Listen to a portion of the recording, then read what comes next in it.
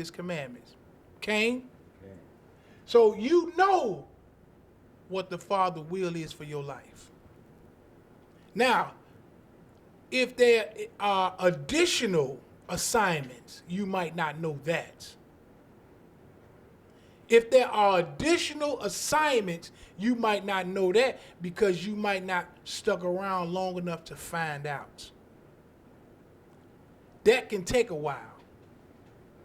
It might not take a while. That's in the Father's hands.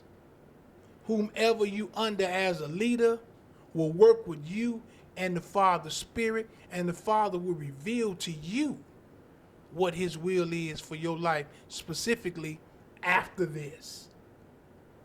You can't teach without fearing him. So can't nobody say, well, I ain't got to go through all that. I just want to lay hands and I just want to heal people.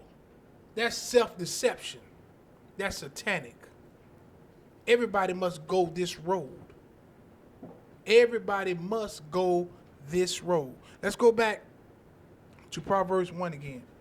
So let us hear the conclusion of the whole matter. Fear Elohim, keep his commandments, for this is the whole duty of man. All right? Now let's read in Proverbs 1 again with our renewed minds. We're almost done with this segment. I got another segment I'm going to deal with today.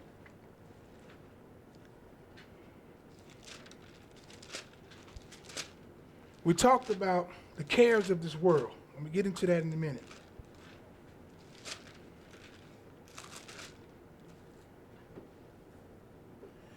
The cares of this world choking the life out of you. The cares of this world choking the word out of you because Yah say he is a jealous Elohim, right? And jealousy means to have a rival. Or jealousy means not to have a rival. That means competition. There's nothing worthy of competing against Yah. There is no argument. Well, hey, is LeBron and Kobe better than Mike? You can argue that all day. Because you have a platform for that. Ain't no platform to compare nothing to Yah. Nothing and nobody. That's what jealousy means. No tolerance for no competition. Ain't no competition for Yah. There's absolutely none. You can't put nothing on the platform with the Most High. All right? Once again, Proverbs 1 and 2. To know wisdom and instructions, to perceive the words of understanding. To know wisdom and instruction is to perceive the words of understanding. To receive instructions of wisdom, justice, judgment, and equity. To give subtlety to the simple, to the young man knowledge and discernment. All right? That's what we're trying to do today. A wise man will hear, will increase learning. A man of understanding shall attain unto wise counsel. To understand a proverb and the interpretation, the words of the wise and dark sayings. The fear of YHWH is the beginning of knowledge, but fools despise wisdom and instructions. So the fear of Yah is the beginning of knowledge. And we're told the whole duty of man is to fear the Father and keep his commandments. All right, just wanted to reiterate that. Let's go to Matthew, the 6th chapter. Let's go to Matthew 6.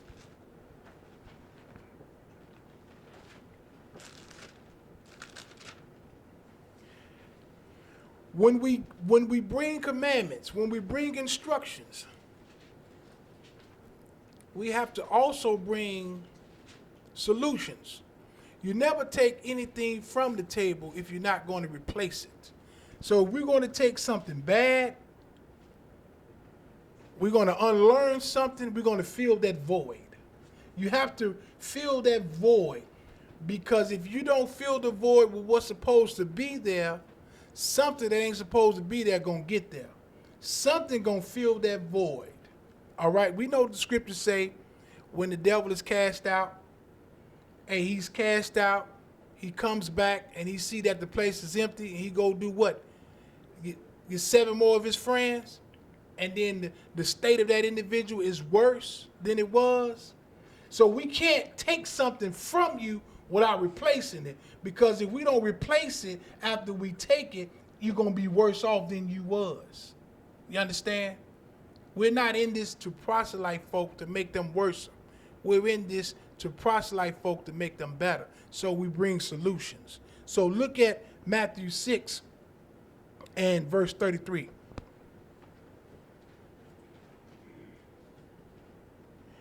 But seek ye first the kingdom of Elohim and his righteousness, and all these things shall be added unto you. Once again, this is confirmation. This is YAHOSHUA speaking the same thing that was spoke in Proverbs and Ecclesiastics. The whole duty of man. This is saying the same thing, but saying it a different way. Seek ye the kingdom of Elohim and his righteousness. How do you seek the kingdom of Elohim? By fearing Yah. How do you fear Yah? By keeping his commandments. Same thing. And then all these things will be added unto you. All what things? All the things, all the questions, all the necessary things that you would need to do to bring back the harvest. That's the goal, right? 13 and 23 of Matthew is to bring back a harvest from hearing the word. The words that you hear, you want to bring back a harvest. You don't want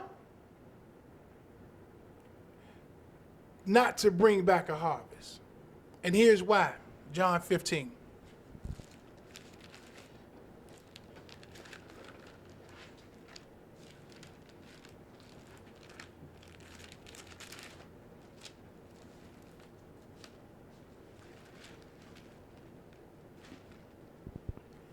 John the 15th chapter.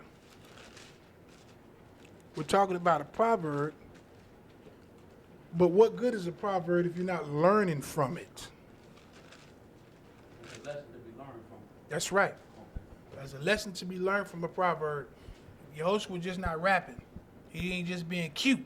Solomon is not just trying to show out, but he's trying to help you learn something, at the same time teach you how to think and ponder and meditate. Our problem is we're too biblically and spiritually lazy. We, like Elder Haron always say, we want a hole drilled in our head, and we want knowledge, wisdom, knowledge, and understanding poured in. It don't work like that. When the Father gave Peter a vision, and it was a vision as a sheet or curtain, and it had many unclean, creepy things on it, Yah said, kill and eat. Peter had to ponder on that vision, because Peter understand that we don't eat unclean animals. It might have been the pig and the spider, you know what I'm saying, on that sheet. Yah's telling you to eat when he already told us what's clean and what's unclean. Remember, YAHOSHUA is the high priest, and we talked about Matthew 25, and the high priest's job is to do what? Divide the clean from the profane, right? The clean from the unclean. So YAHOSHUA would not compare the kingdom of heaven to a man marrying 10 women if it was unclean. So Yah, being Yah, already gave in Leviticus, he already gave the dietary law. So Peter knows you can't eat spiders. You can't eat pigs and lobsters and crabs. So he had to ponder, Yah, this is a parable. This is a parable. I have to think. Well, what motivates your thinking? What motivates your opinions? Torah, the commandments. See, if the commandments is not motivating your thinking, you going to be off. You got bad counsel. And all your decisions. In all your decisions, in every area of your life. There's no situation in life that's not in Torah. No situation. And this is why we make bad decisions all the time, because we don't fear Yah, we don't keep his commandments.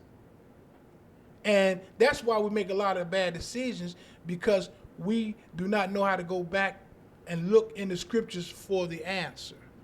All right? So once again, Shimon Keefer had to ponder on the vision.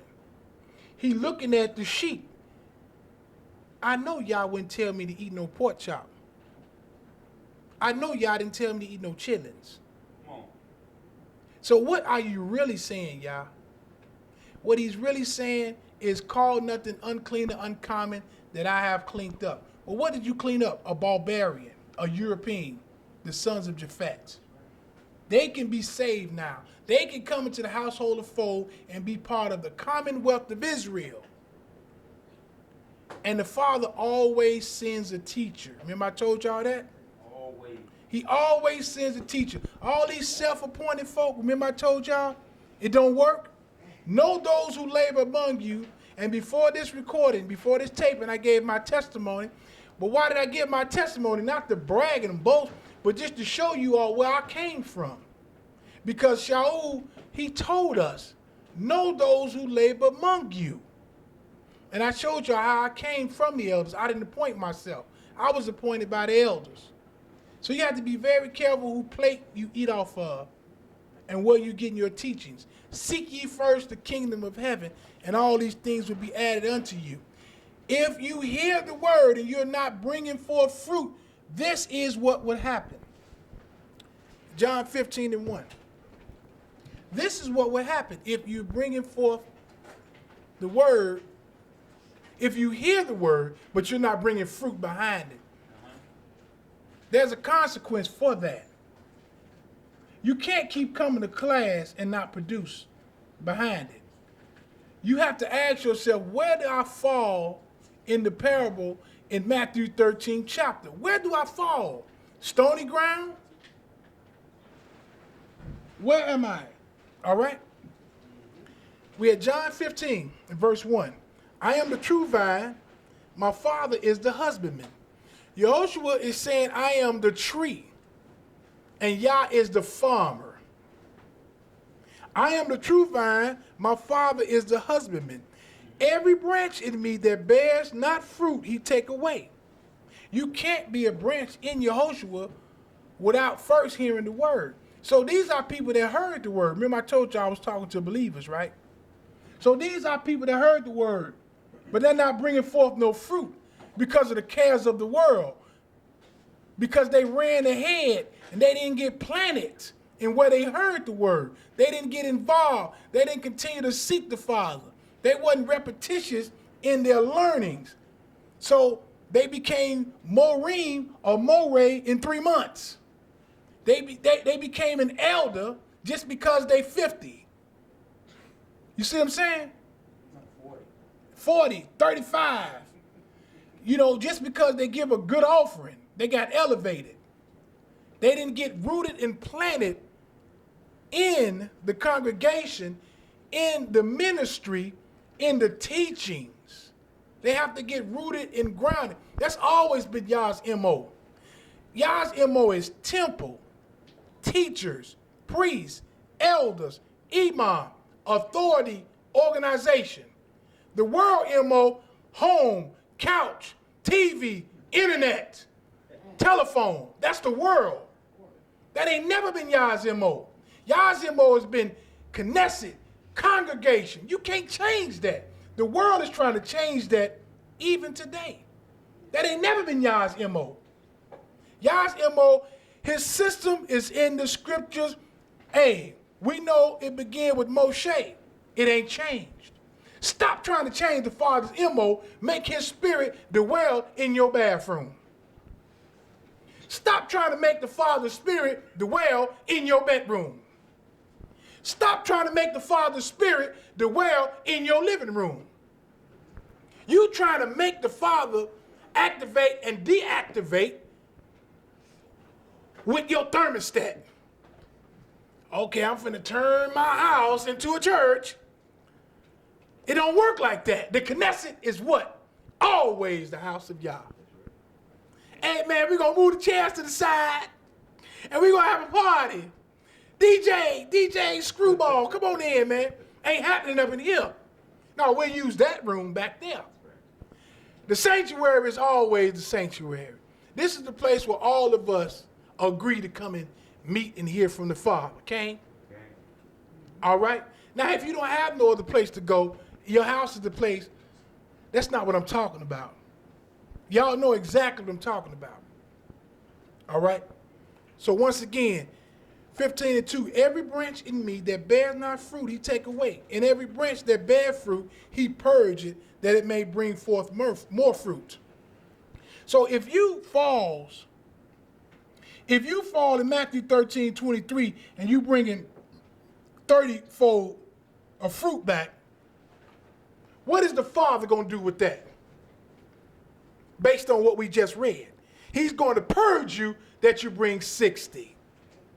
And if you bring in 60, what he going to do with that? He going to purge you that you bring 100. That's what we want. That's our goal, people. That may take 2 years, 10 years, 15, 30. That may take all your life, but you better get there before you die. Are you listening? You want to get to Matthew 13:23 before you die. We got 50, 20, 30, 18 years of mess and garbage. And we want it to go overnight. It don't always work like that. Sometimes it do, sometimes it don't.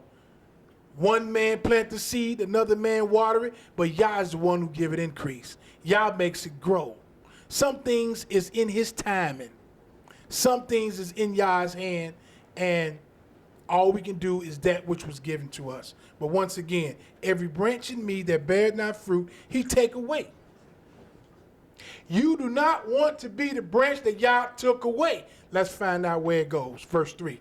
Now you are clean through the word which I have spoken unto you. Abide in me, and I in you. As the branch cannot bear fruit of itself, except it abide in the vine. No more can you except you abide in me. So the goal is to continue to abide in YAHOSHUA so we can bring forth the fruit. I am the vine, the tree. You are the branches. We're the branches. And on the branches you have leaves. And the leaves is the fruit. The leaves give life to fruit. All right? The fruit is your life. The fruit is you winning people. The fruit is you building the kingdom. The fruit is you doing Yah's job will for your life that you found out after you began to fear him, which is to keep his commandments. See how this go? You see how we making